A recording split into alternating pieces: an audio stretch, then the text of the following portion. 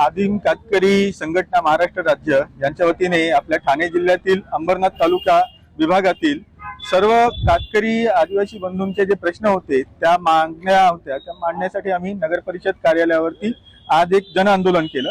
या जन आंदोलनाला अंबरनाथ नगर परिषदेने एक सकारात्मक प्रतिसाद दिलेला आहे।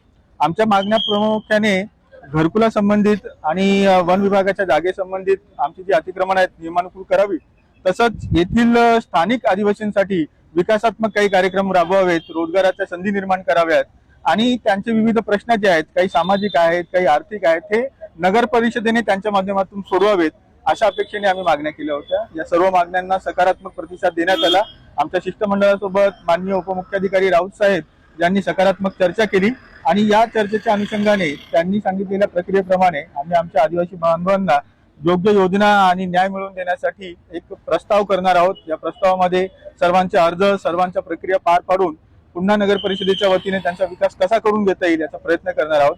त्यामार्फत माननीय सुनील वाघे अंबरनाथ तालुक्याचे प्रभारी आणि संघटनेचे सरचिटणीस, तसेच माननीय कविराम वाघे हे जिल्हाध्यक्ष, तसेच संस्थापक माननीय जगनदिवे साहेब, महिला आघाडी प्रमुख ज्योती वाघ मॅडम या सर्वांनी शिष्टमंडळात सहभाग घेतला आणि एक चांगली चर्चा घडवली।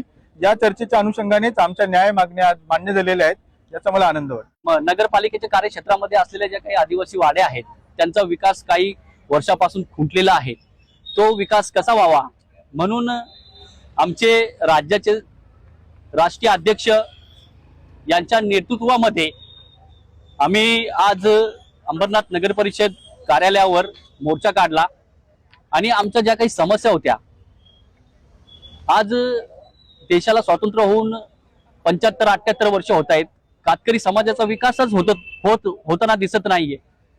तर समाजातनं आम्ही पाहणी केली आणि असं जाणवली की हे लोक अजूनही गरीब आहेत। तर आपण ही माननीय हरेश वाघे, संस्थापक माननीय जगनदिवे साहेब यांच्या नेतृत्वामध्ये आम्ही अंबरनाथ नगर परिषदेवर मोर्चाचं आयोजन केलं आणि बऱ्यापैकी नगरपालिकेने आम्हाला सहकार्य केलंय की कातकऱ्यांची घरकुला असतील, त्यांना असणारे जे काही अडचण आहे, ठराव असेल, कच्च्या घराचा दाखला असेल, हे ते देण्यासाठी मान्य झालेले आहेत।